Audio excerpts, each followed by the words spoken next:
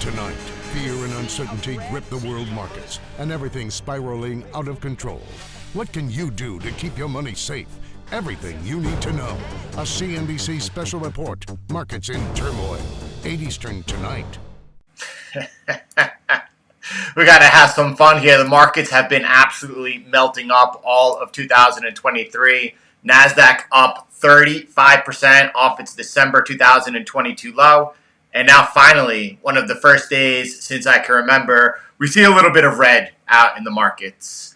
And I have to throw up the CNBC, the markets in turmoil.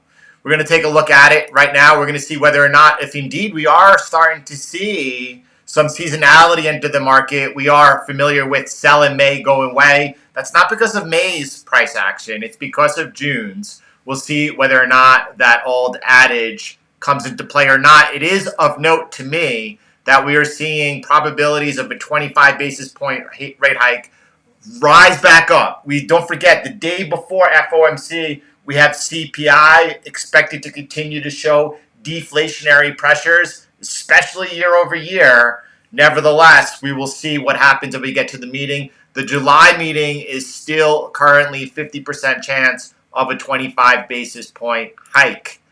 Let's take a look at what's going on. The title of this video, by the way, this is Jordan with Conquer Trading and Investing. If you're new here, welcome. And if you're not, welcome back. We're going to be taking a look, of course, at what's going on in the markets, not just the traditional markets. We're going to be looking at what's going on with Bitcoin and Ethereum. Justin, wondering what could be causing the current price action on Bitcoin. I think that I do believe that, let me just go to this view right over here first. I do believe that it was right around this particular moment that we saw the SEC actually file a motion to be able to, trying to pull up my screen brush. We can't start to stream until we got everything going. Hold on one second. We'll get that kicking just right. There we go. We saw that the SEC filed a motion that Binance USA would freeze its assets, and not just the ones that are held within the United States, but worldwide. So it seems like ever since then, that's where price has reverted back down. If you were following this from a, let's say, aggressive perspective, I put out that the first thing that would need to happen to have any type of buy take place was this double black diamond entry that I'm highlighting the trend line right now. We saw that the 25,200 support held. We saw that not only did it held, this was overnight, and then in the U.S. early morning, they swept out the low, and then all of a sudden, price continued shooting up. It did trigger a long break of this trend line over here, and that would trigger a black diamond entry. Now, the stop loss of that would be all the way down over here at the low. So depending on how much you're risking on that trade, let's say you were risking 2% of your account, right? Let's say you're really aggressive and you're risking 2% for this $2,000 price move. That means that, right, price is going to have to break out to new highs, break past resistance. But our expectations, if we are able to see not only that double black diamond take hold, it looks like it's in the process of being rejected to me, but we just don't know yet. And then this line over here, the conservative line, this is when price breaks this trend line, there's more of a higher probability. This is a very low probability trade, the black diamond entry. If that trade does wind up triggering and falling into profit, the risk to reward is going to be much greater than it would be on the conservative line of entry. But the conservative line of entry, if that one breaks, then odds are, or expectations for myself would be that we could be looking at somewhere around 32, 33,000, just as a first test of resistance. Now, we have small horizontal local resistance in this area, right around 30,000. We have that yearly high to get over 31,000. But the big resistance would come into the market around, somewhere around 32, 33,000. And that's not to say that that couldn't break. I mean, hopefully it would. And hopefully we are targeting 37 or 38,000. But you know, you got to get past the double black diamond into the conservative, and you can't really count your chickens before they hatch, so to speak. But you could see just into that big resistance over there. That's a very healthy risk to reward. If you were risking 1%, is that what do we say 2%? 2% for a 20% gain. It's a 10-to-1 risk to reward. Now you can see just into the high over here. It's also a nice risk to reward, and really that's what trading's all about. But you have to understand, that's a very low probability trade, a double black diamond. It's named black diamond, double black diamond, to show the degree of difficulty, like to say experts only. Nevertheless, if you stick with them and you know what to look for, they do provide some really strong opportunity. Now, if this, you can see this more important, this resistance that we're looking at above, that needs to clear for us to show any sign of any type of resumption taking place ever since it was in August the 10th, right? April the 10th, that I said, well, one of these is likely wrong. And in the past, it's been Bitcoin. And sure enough, 2 days later, Bitcoin's correction has started. And since this correction, we've seen a couple of times where price tried to resume out, not really able to clear through. If it does, that would be a very bullish outcome. If this 25,200 support were to break after being able to bounce as it did yesterday off of the SEC versus Binance and then Coinbase news, that might show that, obviously, I mean, no Captain Obvious or rocket scientist here. That might mean that markets are going to be undergoing further pressure. We'll take it as it comes, and that's all we could do is take it as it comes. Right now, it's looking like potential strong support. We've finally seen the NASDAQ in red today, right? This line over here that I have, this is ever since we broke out of the bear market trend line. This is the bear market trend line, right? And then we were able to come in and then test this line. This trend line here, this sell impulse line, has been in play ever since, and price has never broken below it. That would be a sell impulse occurring in the market. And until that happens, all that we've seen is one and then two more repairs take place in the market. NASDAQ is looking very good and healthy. Now that, if you remember yesterday on the S&P 500, what I did was I took this line of resistance that was up here, and after the breakout, I moved it back down over here after price confirmed support in this area. S&P 500 too, it's looking very healthy over here. You have what was a very difficult bear market breakout because price retested it once and then two lower lows. You could see no on the daily, only wicks below. Net price never closing below. But that was like a save and a butte. It still did hold. And then we were able to finally resume out of it, and then recently taking out this next level, very important horizontal resistance, confirming it as support. I want to do that same thing on the NASDAQ and just add this line with you. And now that we've broken above the August 2022 summer high, and then you can see the retest price never closed below it, right? It's a beautiful retest that occurred. I'm going to bring this down over here and just leave it off of the low now, off of where the wick came into. The important part of the NASDAQ over here is we look good unless we break this highlighted red line. So we'll continue monitoring that. Now the headline is are the markets in turmoil, because people see that obviously crypto is in the red today after a nice aggressive bounce yesterday. You are seeing, well, the things that I'm noticing is that if you would have saw whether it was in the Binance suit, whether it was in the Coinbase suit, Cardano was one that was listed in both of them as being a security. Cardano is currently bleeding out over here, 8.78% in the red today. You are seeing, by the way, Ethereum was not directly named. It was named in the Coinbase suit as far as the staking. So take with that what you will. You will notice the withdrawals from Coinbase have been very insignificant when it comes to Bitcoin, and they have been more on Ethereum. It seems smart to me, but regardless of the fact you see also Bitcoin in the red, you see the equity markets in the red today, whether it's the NASDAQ and S&P 500, and I can't remember the last time the NASDAQ was down 1%. It seems like a long time ago, but if you look at the one that is standing out today, you can see it's the small caps, it's the Russell 2000, and they are actually bid up 1.75% today. And that's why we say whether or not we're looking at small cap soar as tech tumbles, the soft landing narrative continues to build over here. And Goldman showing, now I don't know, I don't trust an investment bank ever. Now I have been tracking what they say and then what happens for a long time, and you can't, like, often they are correct. I'm gonna just put that out there as well. But you never know. You can see that small caps over here potentially gaining. But then Luke, a.k.a. Luke Costas over here, shows us what's going on with high yield credit index. And you can see this consolidation that's occurring over here. Generally, usually, I should say, now there's no telling how long that consolidates for.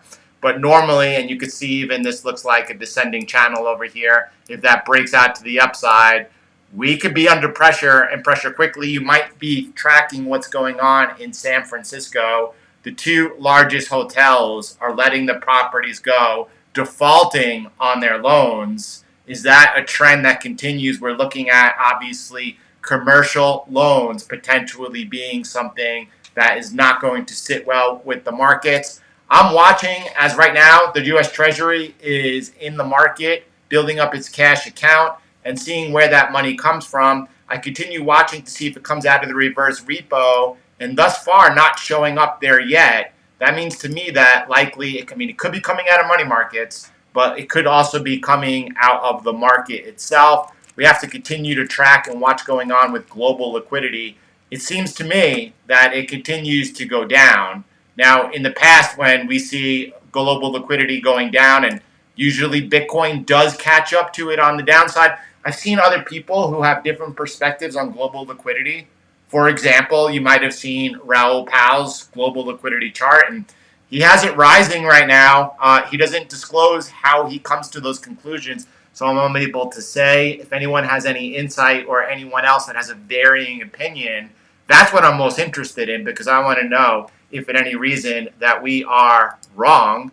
But you can see the balance sheet, and the balance sheet of the Federal Reserve after watching the U.S. bank blip over here. It continues to go down, and it looks like it's going to be making new lows very shortly. The Bank of Canada, right? I saw Justin tweet earlier that they raised rates and are continuing quantitative tightening. So we'll continue to track this all together. And I guess I'm just trying to make both sides. At the end of the day, we will follow price and price action. Nevertheless, you could see that rotation into the small caps today. If the markets were in trouble, you would not be small. I don't think that you would be seeing small caps really bid. I think that they would be even under more pressure. Now, coming out of a recovery, small caps tend to actually lead. Now, the thesis here being presented by Goldman is that tech has been, or big tech, I should say, we know that the market breadth has been absolutely atrocious, but the indexes go up because of the way of the weighting. We've seen that flight to safety into big tech, and now people are looking around and they're saying, oh, well, things are looking good. Powell has done the impossible. It looks like we're headed towards a soft landing. Now we can enter into small caps and that growth, which usually lead out of a recovery. I don't know, if whether or not that's exactly what is happening. We will continue to monitor the situation. A couple of more things that I want to look at before we get going is the dollar over here. Ever since we saw or we're watching this descending wedge breakout, price has broken up, come into this purple line of resistance. It triggered a sell impulse, and it continues since then to be consolidating underneath that purple line.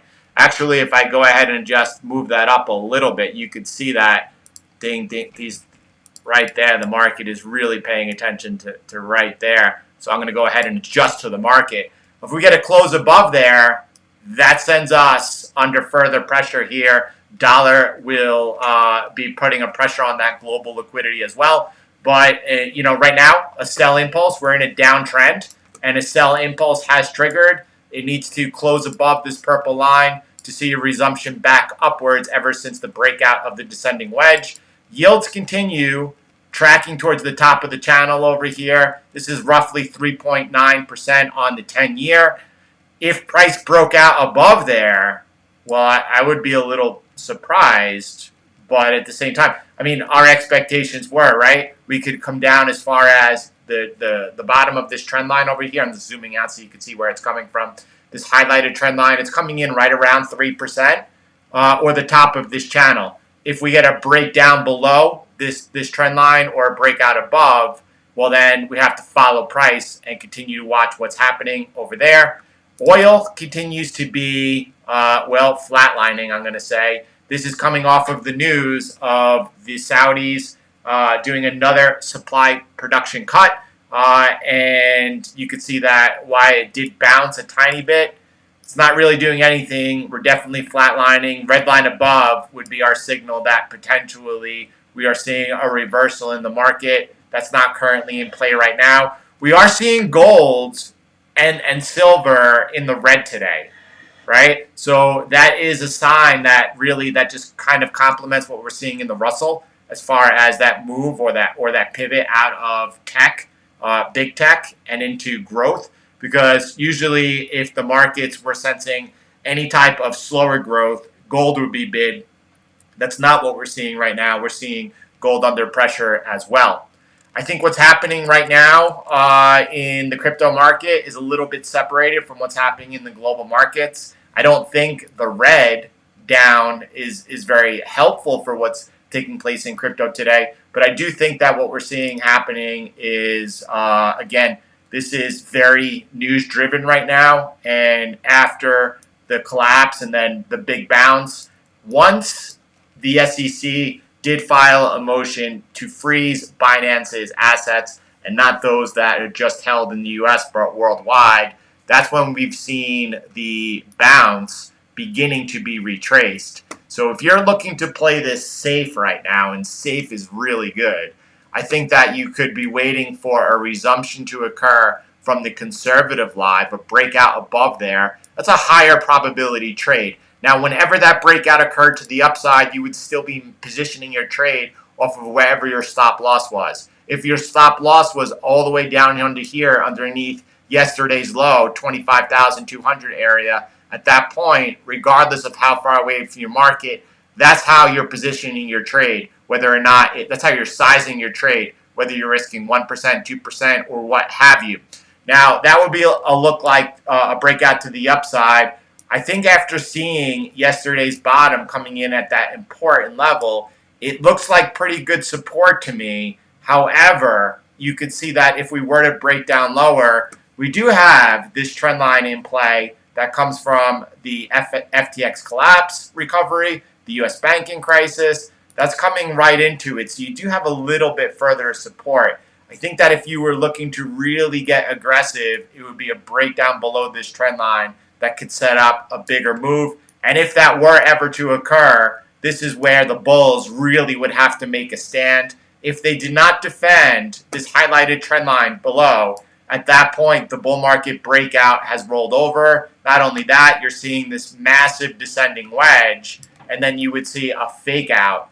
That has the potential to lead to some big moves to the downside. So be aware and watch out for that. Again, seeing this SEC and Binance Coinbase event, seeing this, the Luna low, 3 arrows in Celsius rally recovery, seeing that area hold now as support is a positive sign. If we're able to resume up out of this, and then holding this support underneath this type of event, that would be very bullish for the market. That would likely be us, or take us into this area we're talking about, right around 32,000 right now. It is sloping down. I'm not going to get into this right now, but at another date. If we break out above at that point, yes, we could go higher. We really have, I'm trying to find you horizontal resistance. If you follow my mouse, you can see it's starting here at 35,000. You could see that like this was resistance, support. Again, found support in that area, and it's about here to 39. So anywhere in this area, I could see if we were able to break out above this 32,000 area, that comes in play as well, and that would be beautiful if that were to happen. We don't know, right? And that's why you do have to take it level by level. Markets are very fluid, and you need to be fluid as well. We got a lot more to talk about, so I'm going to keep jumping over here, and I want to get into right now CTM 2.0. You could see the beautiful dance was in full effect. And what do I mean by that? Coming out of this, you saw Bitcoin neutral overnight. You saw Ethereum enter the long on the buy side. It just stopped out about 1 hour ago at exiting the market. And you saw why that was happening. Cardano was short. That's why I call it the beautiful dance, because it was a perfect hedge, right? I mean, just rewind a little bit. Yesterday, the pulse I took of the market participants was extremely, almost euphorically bullish, right? And I think that a lot of people wanted to be entering in the market. CTM 2.0 on Ethereum taking you long, right? And you can see that trade cut its losses short. At the same time, seeing the beautiful dance take place was a beautiful thing to see. Ethereum here could easily enter the market again on the long side. All as we would need to see would be a simple reversion up. If that arrow, that trend line that I'm drawing right now were to break, CTM 2.0 would be taking a long trade once again very, very quickly. If you go ahead and you just were to look back over here, I mean, that's very far. Look at the drawdown compared to the return. If you think that you could, that's only since 2020, no leverage. Well, Jordan, that's the buy and sell side. I only trade the buy side. All right, just only trade the buy side. Look at the drawdown, right? Well, that's great. That includes 2021. There was a massive move up in the markets. What have you done since 2020? Oh, that's pretty good. Oh, so maybe I should be paying attention. Should be paying attention. We got a lot to talk about. We're going to keep going over here. You can see that Cardano over here jumping off its lows. Right now we're looking at Ethereum, Bitcoin running sideways, which means from their new all-time account high in blue, running in drawdown. And that happens basically 80% of the time. Why, if I go back over here and just it looks up and to the right to you, if you zoom in at any point in time, usually what's happening is you are running sideways. On the daily time frame, Ethereum here exited its short yesterday and now has another enter short pending. Also, Bitcoin has an enter short pending, and Cardano holding an open short, 8.5% in profit. You might be wondering, how come the 8 hours are still attacking on the upside and the daily is attacking on the short side now? We're getting ready to. Well, on the daily zoomed out, we are in a much more of a downtrend. We're in a very strong downtrend. You can see it here on Ethereum.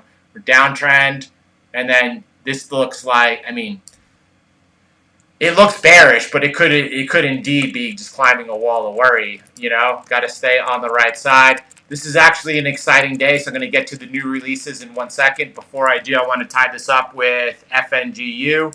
We saw exiting the market yesterday in 2023. Remember January, we tweeted out there, crypto type gains could be made in the stock market, CTM in 2023, releasing FNGU, releasing and the inverse FNGD.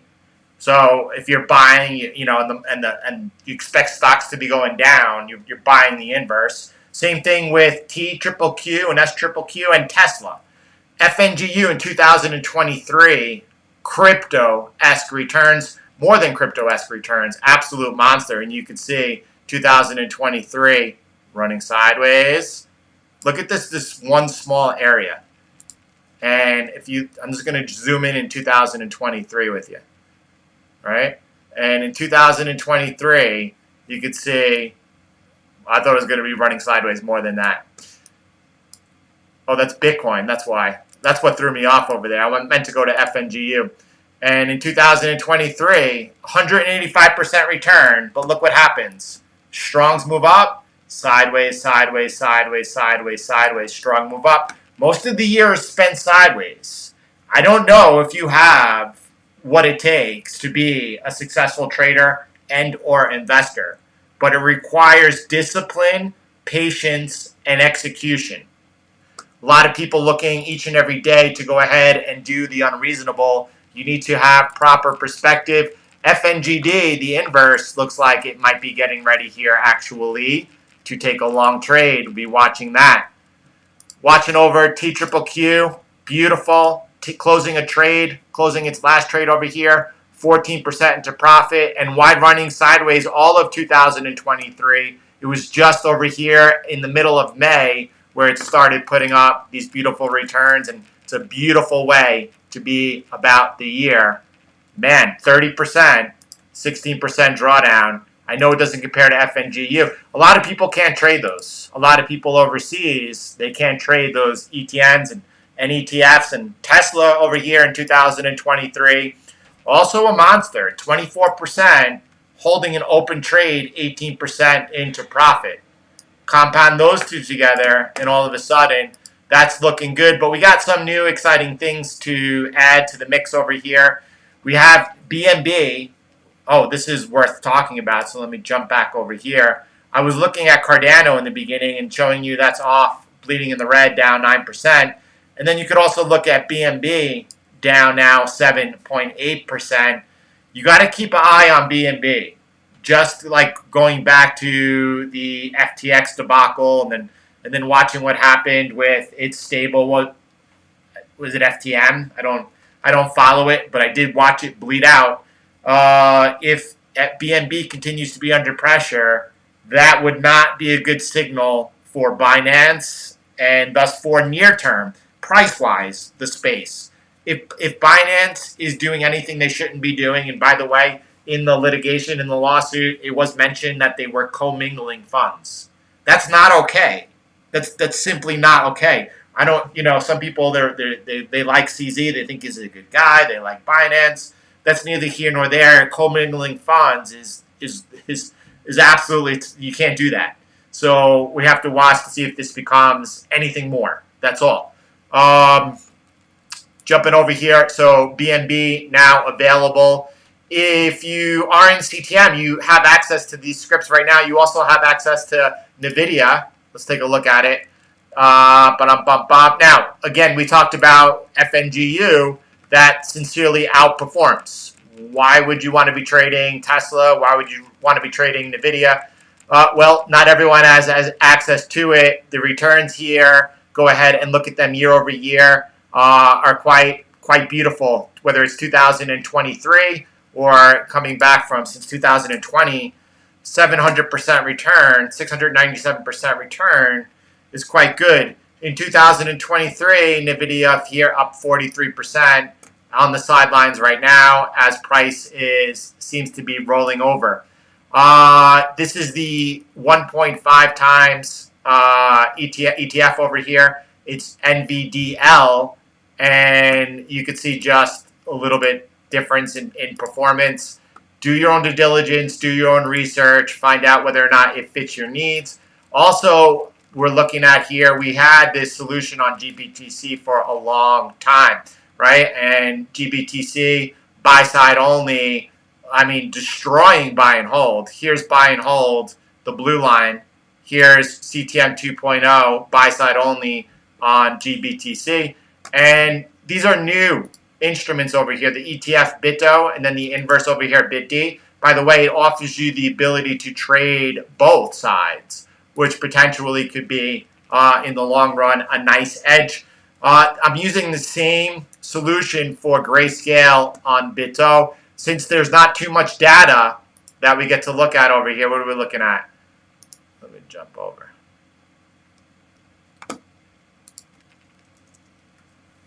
In 2023, it seems to be tracking very closely what Grayscale is doing. On a trade-by-trade basis, I continue to watch it and forward test it. Some people are still comfortable with GBTC.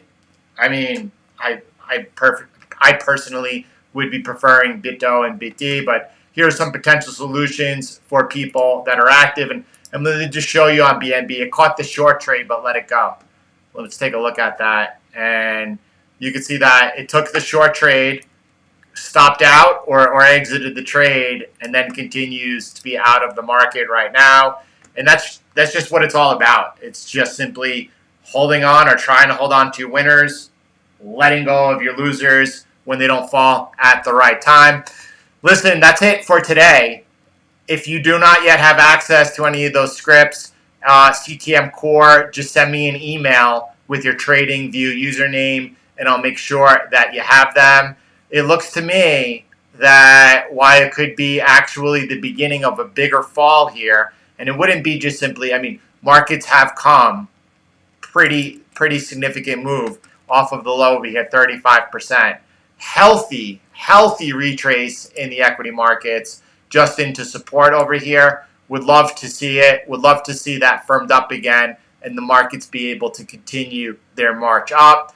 If they don't, if they were to break down, you can see that confluence right over here. The red line is the sell impulse, that support over here in this area. If they were to break down over here, well, you all saw the fractal that Game of Trades has brought up. The fractal looked like this, though. Here's the bear market trend line, and then a breakout above, and then that rolls over.